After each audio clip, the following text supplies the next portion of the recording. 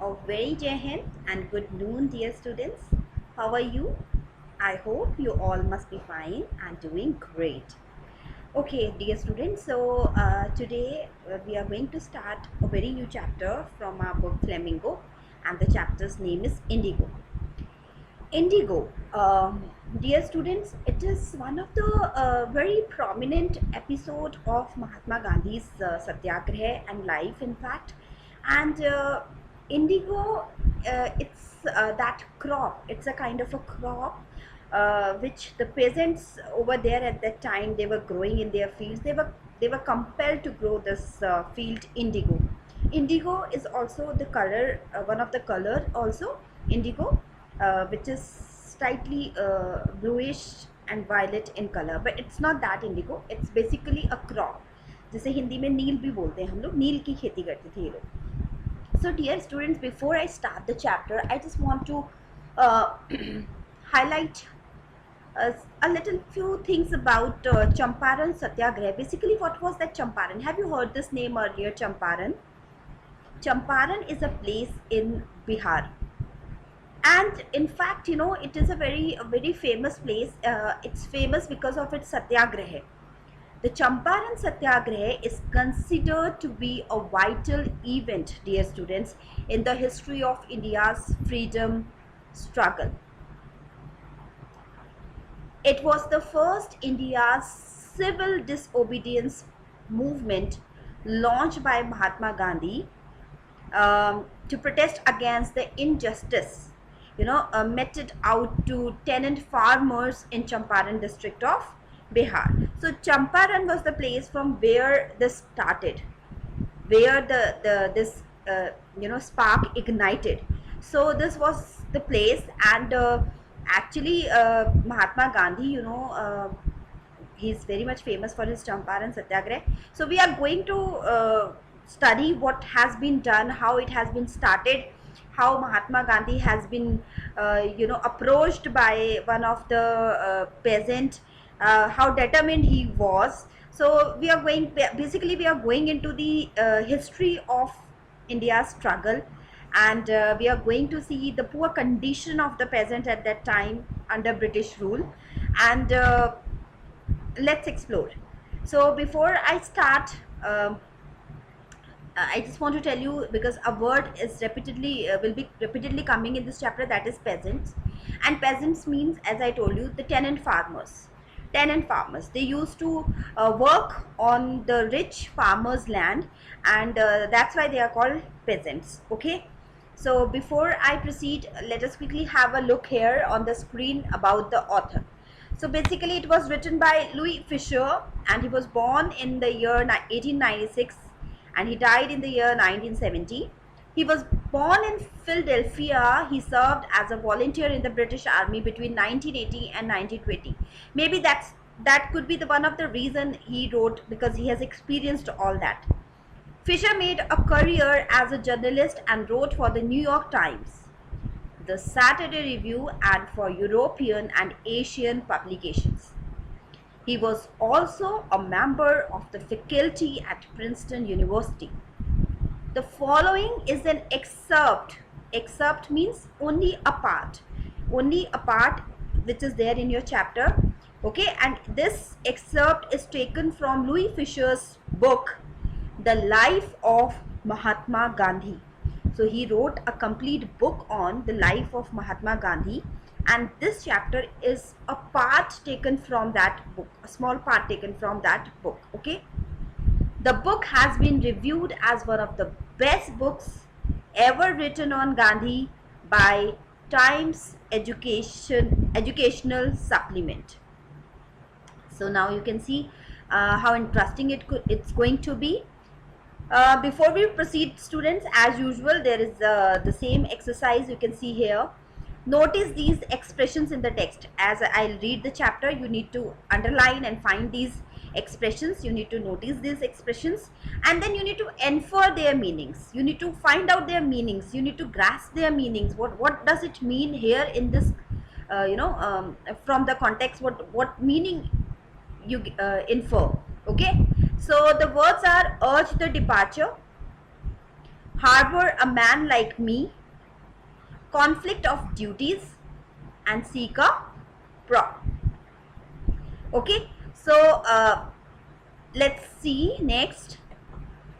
Okay students, before we proceed to the explanation, I would like you to tell you the theme of the chapter which Louis Fisher wants to highlight through this chapter. Actually, Louis Fisher wants to show you that how effective leadership can overcome any problem. Gandhiji, as you all know, he was an effective leader without holding a weapon in his hand. He contributed a lot to India's struggle, you all know. In fact, he was the man who has been responsible for India's freedom. Uh, but further, he says that Mahatma Gandhi, that this he is trying to show, as shown by Mahatma Gandhi in securing justice for oppressed in Champaran through convincing arguments and negotiations. He do not had any war or any fight with anybody, but he had negotiations and he convinced the higher authorities and the poor people, leaders as well as that of the masses eventually be. So this was the theme which this chapter holds. Now let's move to the explanation part.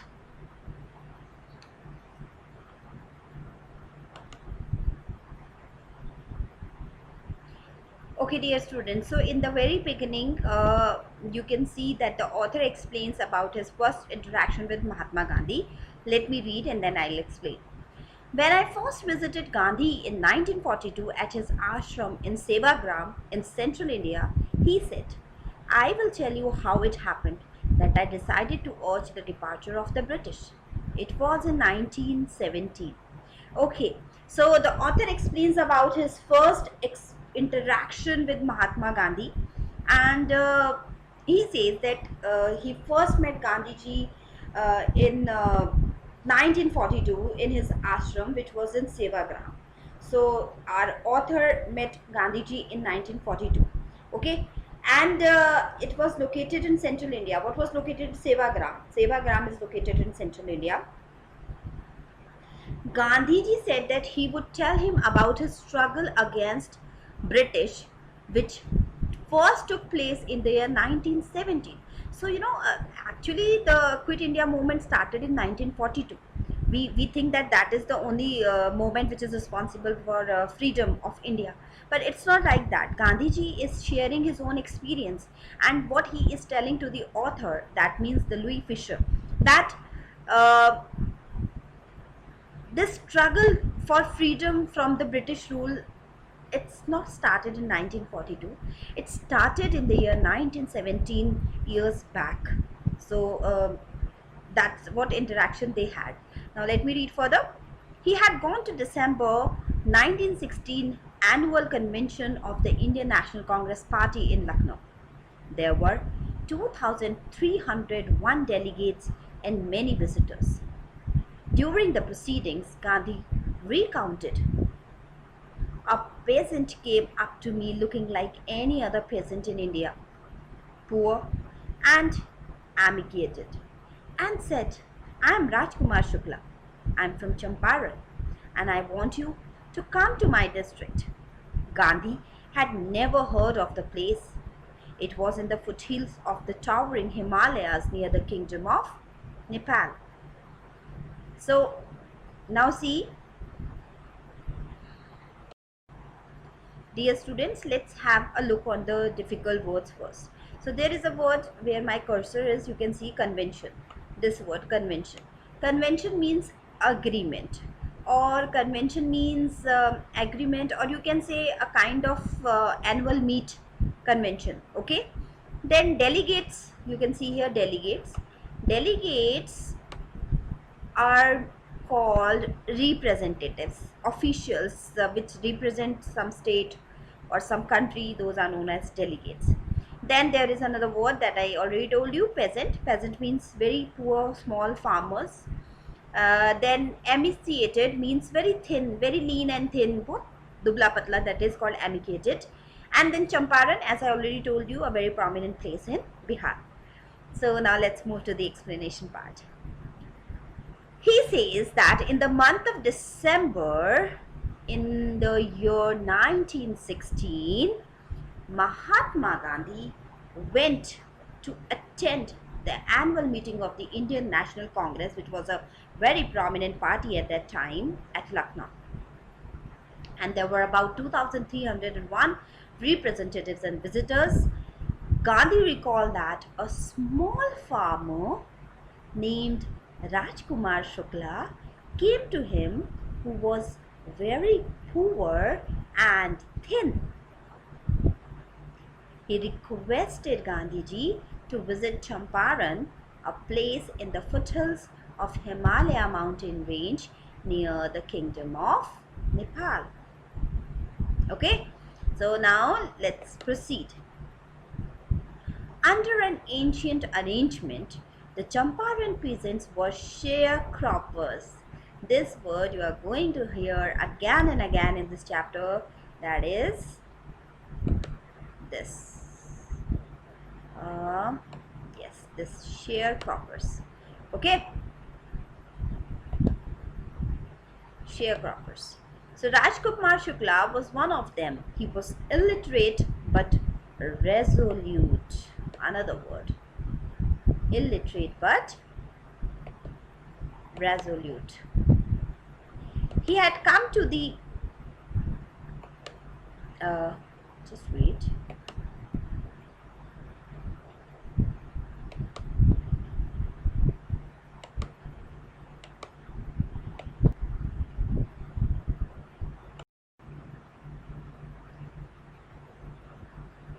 He had come to the session to complain about the injustice of the landlord system in Bihar, and somebody had probably said, speak to Gandhi.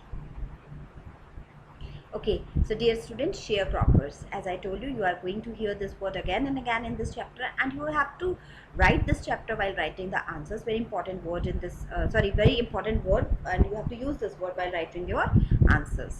Okay, sharecroppers. So sharecroppers means a tenant farmer. A tenant farmer. Tenant means who works on rent.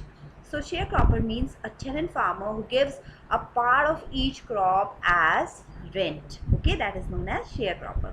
Then resolute, another word which was there that is very important, and you can use this word in your vocab, that is resolute. Resolute means with a strong determination, determined, that is known as resolute. So Rajkumar Shukla, he was very resolute. How? That you are going to get to know when we will read further. So now what's happening? He told Gandhi that he was a sharecropper. Who told this? Rajkumar Shukla told. A sharecropper is a farmer who gives a part of the crop as rent to the owner of that piece of land that he cultivates. So he told him that because of an old agreement, many of the peasants in Champaran were sharecroppers. You know na that British people, they used to have those agreements because Indian people, what has happened with them also. So he was saying that there was an agreement, and because of that, all the peasants, he had come to meet Gandhi on someone's suggestion. Someone said that for your problem you should go and visit Mr. Gandhi. So he said that I have met you because somebody has told me, as he was determined to find a solution for the sharecropper. Who was determined? Rajkumar Shukla was determined to find a solution to the sharecroppers like him. Okay, and he also told that sharecroppers are facing hardships due to this agreement. He sought Gandhiji's help. Right? Now see, Gandhi told Shukla he had an appointment in Kanpur. It is Kanpur, wo jo Kanpur wala hai, that is Kanpur, and was also committed to go to other parts of India. Shukla accompanied him everywhere. Then Gandhi returned to his ashram near Ahmedabad. Shukla followed him to the ashram. For weeks he never left Gandhi's side. Are you getting something by reading this line? I told that Rajkumar Shukla was resolute. He was determined. Now you can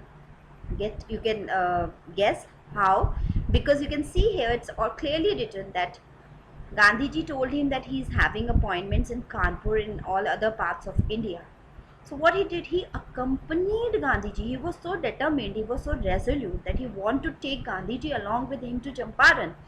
So he accompanied Gandhiji everywhere like anything. You can see here. Then Gandhi returned to his ashram near Ahmedabad and Shukla followed him to the ashram also. For weeks he never left Gandhi's side. Means he was wherever Gandhiji was going, he was also moving along with him. He was following him. He was accompanying him. So finally what happened? Gandhiji said, fix a date. He picked. Impressed by the sharecropper's tenacity and story, Gandhi said, I have to be in Calcutta on such and such a date. Come and meet me and take me from there. So finally Gandhiji gave him date and he said that, okay, I have to go to Calcutta for some work and from there I can come along with you. So you can have an appointment. That shows that he was very much determined. Okay. So I hope the words must be clear to you. Committed, what is the meaning of the word committed here? Here it means dedicated. Committed means dedicated. Accompanied, go somewhere with someone as a companion or to escort. That is known as accompanied. किसी के साथ जब हम जाते हैं. And then Kanpur, I told you, it is the British name for the city of Kanpur. Kanpur. This is how British used to write the spelling of Kanpur at that time. Okay, so now let's see further.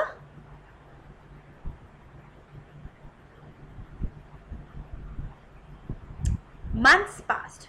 Shukla was sitting on his haunches at the appointment spot in Calcutta when Gandhi arrived.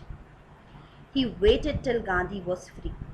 Then the two of them boarded a train for the city of Patna in Bihar. There Shukla led him to the house of a lawyer named Rajendra Prasad, who later became president of the Congress Party and of India. So we are talking about Rajendra Prasad, the very first president of India. Okay? But the servants knew Shukla as a poor yeoman who pestered their master to help the indigo sharecroppers. So they let him stay on the grounds with his companion Gandhi, whom they took to be another peasant. But Gandhi was not permitted to draw water from the well, lest some drops from his bucket pollute the entire source. How did they know that he was not an untouchable? So let me tell you the meaning of the words first, dear students. Tenacity means determination again. So you got two words, one is resolute, second one is tenacity. Haunches means to sit on your thighs. जब आप thighs पे बैठते हैं, that is known as haunches. Boarded, he board the train. Boarded means he get onto the train or to enter the train. Yeoman, it's a word here, yeoman. I read it young man by mistake earlier, but it's yeoman. Yeoman is a man who cultivates a small piece of land. जो बहुत छोटी सी खेत में खेती करता है, that is known as yeoman. Pestered means bother or to harass somebody. Harassment. Permitted means to allow. Okay. So now see what's happening here. As Gandhiji, he was impressed with the determination of the peasant. He said that he would be visiting Kolkata after a few months and that Shukla should meet him there. So on the day that had been fixed, Shukla was eagerly waiting for Gandhiji. When Gandhi got free, they both took a train to Patna.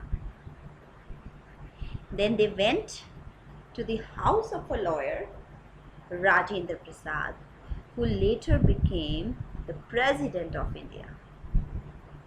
When they reached there, he was not at home. Rajendra Prasad was not at home. But the servants allowed both of them to stay at the grounds. Zameen pe bitha diya unhe. Okay, because they knew Shukla. Shukla used to visit that place. They knew that Rajkumar Shukla is a poor peasant. So they thought that the one who is there, who's accompanying Shukla, is also a peasant only. So they treated Gandhiji also in the same way they treated Shukla. Who? The servants. Okay? They didn't allow Gandhi to draw water from their well, as they took him to be an untouchable. They thought that he is an untouchable. You know, na, in when India was not free, in fact, after the freedom also, these, what shall I say? These,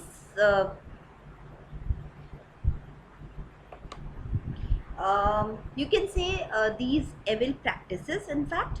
So these evil practices of untouchability, child labor, child marriage, all these things were very much prevalent at that time. So that time also in 1916 or 17, this untouchability was there in the society in India.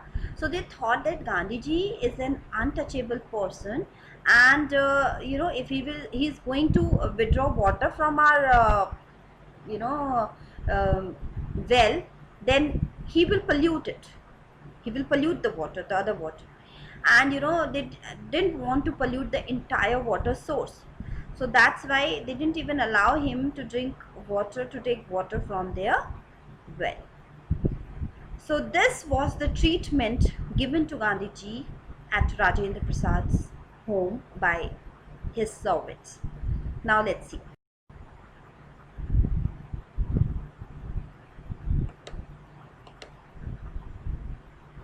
Now let us see.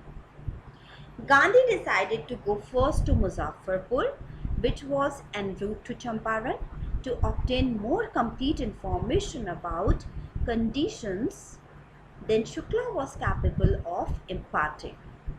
He accordingly sent a telegram to Professor J.B. Kripalani of the Arts College in Muzaffarpur, whom he had seen at Tagore's Shanti Niketan school.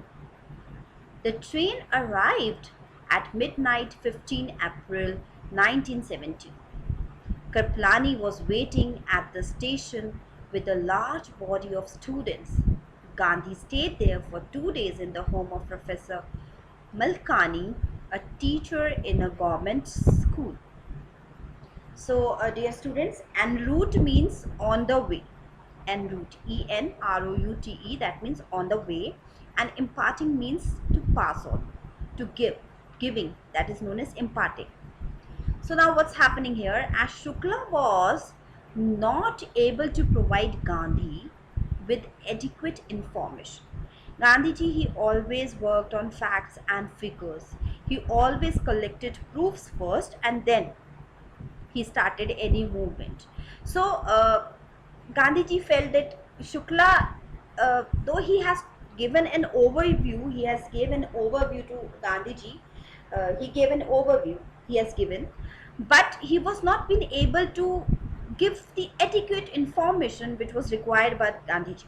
So therefore he decided to go to Muzaffarpur, which was on the way to Champaran, to obtain the complete information about the sharecroppers and their conditions. Okay. He sent a telegram to Professor J.B. Kripalani, who was a teacher at Arts College in Muzaffarpur, and maybe Gandhiji is well known. Gandhi had seen him at Tagore's Shanti Niketan school, so he might be knowing him, that's why. Gandhi took a train to Muzaffarpur that arrived at midnight on 15th April 1917. Kripalani was already waiting there with his students. Gandhi stayed there for 2 days and he stayed at Professor Malkani's home, who was a teacher in government school. So my dear students, I just want to tell you that at that time it was not allowed to give shelter to any such person who go beyond British rules, who held a kind of a conspiracy against British rule. So there was a lot of a threat and a lot of the risk while giving shelter to such a person. So anyways, Gandhiji managed to live at Professor Malkani's home. Now let's move further. It was an extraordinary thing in those days. What was an extraordinary thing? That I am going to explain. Gandhi commented, for a government professor to harbor a man like me. See, that was an extraordinary thing in those days, in 1970, at that time when British rule was there, flaunting everywhere, right? That time it was an extraordinary thing to give shelter, okay, to whom? Uh, it's an extraordinary thing for a government professor to harbor a man like me. Okay, I'm going to explain it, don't worry. In smaller localities, the Indians were afraid to show sympathy for advocates of home rule. So uh, now let me read further, then I'll explain. The news of Gandhi's advent and of the nature of his mission spread quickly through Muzaffarpur and to Champaran. Sharecroppers from Champaran began arriving on foot and by conveyance to see their champion.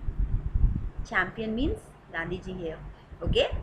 Muzaffarpur lawyers called on Gandhi to bring him. They frequently represented peasant groups in court.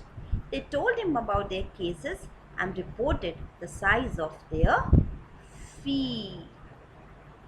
So dear students, let me tell you the meanings of the words first. Extraordinary means exceptional, remarkable.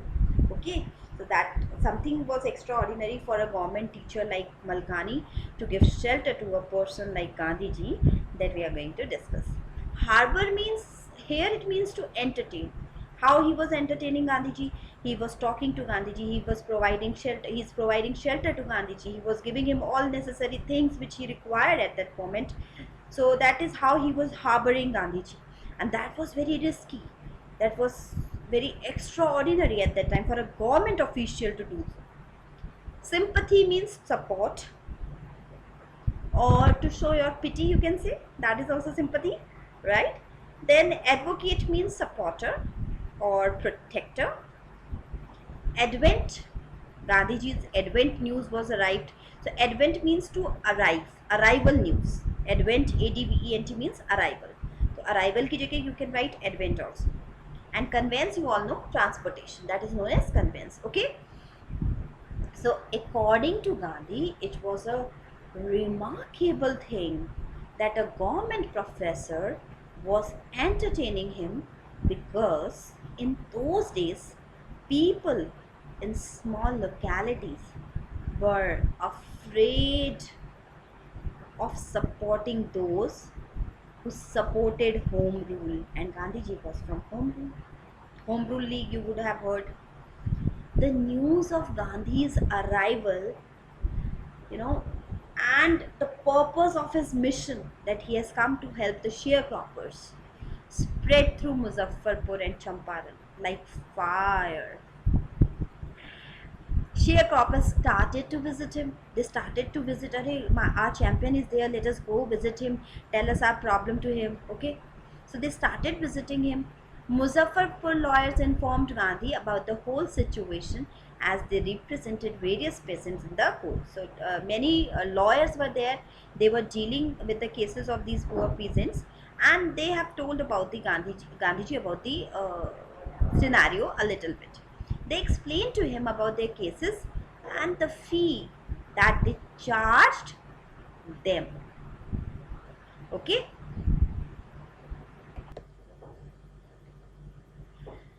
Gandhiji chided the lawyers for collecting big fee from the sharecroppers. He said, I have come to the conclusion that we should stop going to law courts. Taking such cases to the courts does little good. Where the peasants are so crushed and fear strike, law courts are useless. The real relief for them is to be free from fear. Most of the arable land in the Champaran district was divided into large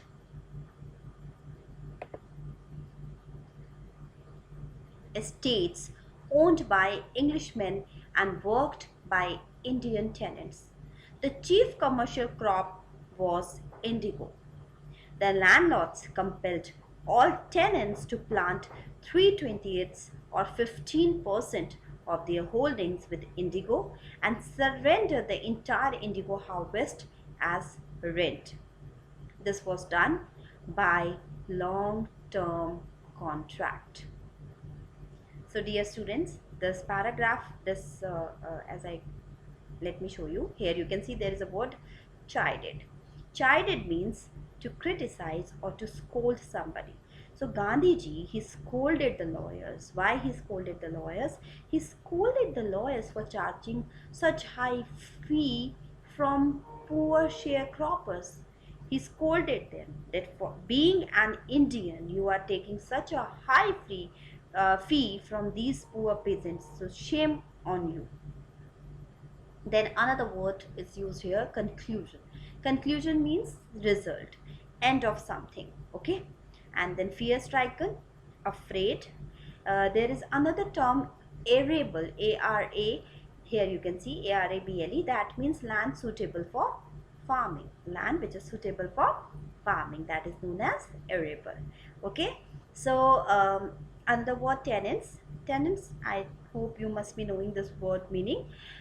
Occupants paying rent in cash or kind, something like that, okay? Estate means property, E-S-T-A-T-E, estates, that means property. And then compelled means to forced. Surrendered, here you can see there is a word surrender. Surrender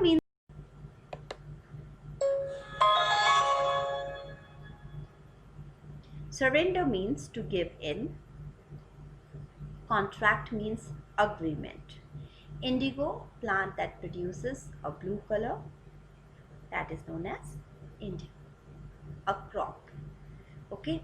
So as I told you that Gandhiji, he scolded the lawyers for charging such a high fee, and then he decided that it was useless. What is useless? To go to the courts, as the judiciary was not doing anything good for the peasants. He said rather than taking their matter to the court, we should make them free from this fear, okay? And he said that court is not doing anything good for them, so there is no point taking their matters to the judiciary. He said that as long as the peasants were suppressed means oppressed, matlab dabe rahenge. So as long as the peasants were suppressed and full of fear, it was useless to visit the courts, okay? He wanted to set them, whom? The peasants. He wanted to set them free from this fear.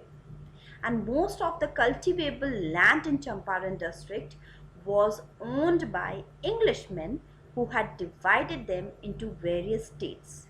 Lands they have divided into various states, okay, properties. The peasants were the occupants of these lands.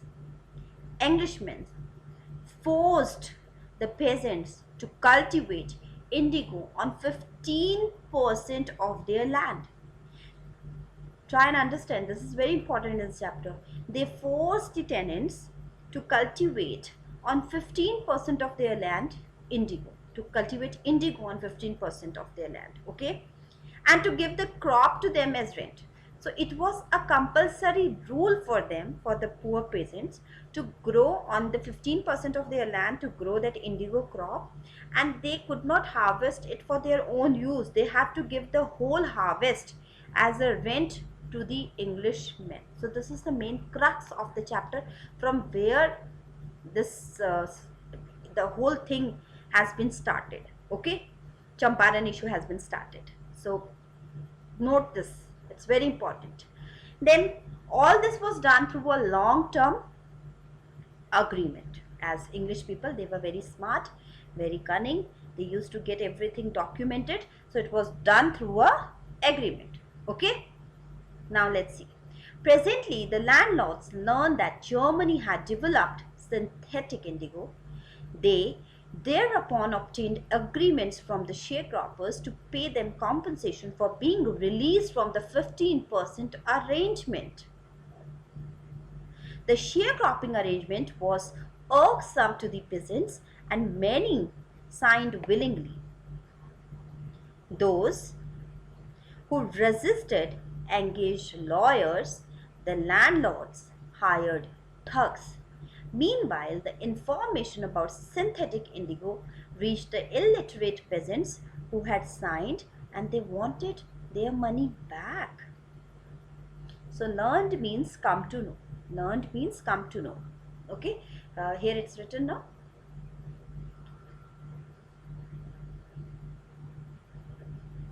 Learned. Presently, the landlords learned, so they come to know. Okay, what they come to know, that we are going to discuss. Synthetic means chemical based or which is not natural, which is artificial. Compensation means here payments, and then arrangement means process. And irksome, there is a word irksome, IRKSOME. It means irritating. So rather than using the word irritating, we can use this new word, that is irksome. Right? Resisted means opposed, and then thugs means cheats. Illiterate means uneducated. So now, dear student, let's see. While all this was going on, no, the landlords came to know about the chemical indigo being prepared in Germany. Now Germany has started preparing synthetic indigo. Okay, like every cloth doesn't, we do not form every cloth by that cotton, no, we are also using synthetic fibers. Similarly, every natural thing later on has artificial, you can say, alternative for it. So similarly, Germany has started producing the synthetic indigo. Okay, it was a blue color dye made with chemicals. They started, what they started is they started demanding money from the poor peasants in order to cancel their agreements, as they no longer require the indigo plantation. तो अब क्या हुआ? See, कि पहले तो it was a compulsion for them to grow on 15% land that indigo crop, and then they have to give the whole harvest as a rent to the Englishmen. But because the synthetic indigo has been introduced by Germany in the market, so they cancelled this deal. Who cancelled? The Englishmen. They cancelled this deal. Now there is no compulsion to grow that 15% indigo on your land, but you all need to pay us money for that. We are cancelling this deal, but you have to pay us money for that. Okay, this is what they said. So they started demanding money from the poor peasant in order to cancel their agreement, as they no longer require the indigo plantations. The sharecropping system was very annoying. So many of the peasants paid for the cancellation of the program. इतना वो लोग उससे frustrate हो चुके थे इस programme से, इस इंडिगो शेयर क्रॉपिंग से, कि आधों ने तो मतलब बिना कुछ सोचे जाने समझे, without thinking, giving a thought to it, they paid the amount कि चलो at least we will get free from this trouble. So they paid. Okay, but as the news about synthetic indigo spread and reached the uneducated peasants, they started demanding their money back. They said, no, return our money, because you are buying the synthetic indigo. It's not our fault. What shall we do now? What we will do with this indigo now? It's useless for us. Okay. At this point, Gandhi arrived in Champaran. So when all this trouble was there in Champaran, when all this, you can say, hot issue was there in the Champaran, at that time Gandhiji entered Champaran. Okay, so I think today we should cover till here only, otherwise it will be too much for you. So dear students, words which were there in the very beginning to infer their meaning, did you notice them? Achha, you can see, they think as you read. List the place that Gandhiji visited between his first meeting with Shukla and his arrival at Champaran. So how many places he visited in between? You need to tell me. I'm gonna ask. Okay, what did the peasants pay British and landlords as rent? Kya dete the wo as a rent? What did British now want instead, and why they want money? because they were cancelling the deal of indigo. What would be the impact of synthetic indigo on the prices of natural indigo? The natural indigo was useless for them. They were going for synthetic indigo and it was cheap and quick to get. Okay, easy to get also. Now we are moving to the words to the beginning where we were there. Strike out what is not true in the following. Rajkumar Shukla was a sharecropper. It was very much true. He was a politician. No, he wasn't a politician. Was he a delegate? No, he wasn't a delegate. Was he a landlord? No, he wasn't a landlord. He was a tenant farmer. Remember this thing, okay? Then Rajkumar Shukla was poor. Yes, of course he was poor. Physically strong? No, he was thin. It was written in the very beginning. Very lean and thin. Yes. Illiterate? Yes, of course he was illiterate. Why is Rajkumar Shukla described as being resolute? Resolute means determined. क्यों बोला गया था उसको? Why he has been called resolute? Because he followed Gandhiji. He was so determined that I am going to take Gandhiji along with me, whatever may be the situation. So that is why he followed Gandhiji everywhere. For weeks he waited, for months he waited, and finally he took Gandhiji along with him to Champaran. That is why he was resolute. Why do you think the servants thought Gandhi to be another peasant? Because he was accompanied by Rajkumar Shukla. Rajkumar Shukla was a poor peasant to whom servants knew because he used to visit Rajendra Prasad house to discuss about the sharecropping and all that stuff. So they thought that yes, Gandhiji was he always remains in a dhoti and all that stuff, you know. So maybe they thought they mistaken Gandhiji also as a sharecropper, just like him. Okay. Then let us see something else. Yes, urge the departure. Urge the departure means to request to leave. Harbor a man like me, to nurture a man like Gandhiji by giving food, shelter, everything. Then conflicts of duty and seek a prop. It has not come yet. That we are going to see in my next video. I'll see you in my next video. Till then, take care, stay safe, stay healthy, and take proper precautions which are required to fight coronavirus. So I'll see you in my next video. Till then, take care and have a great day ahead. Bye-bye.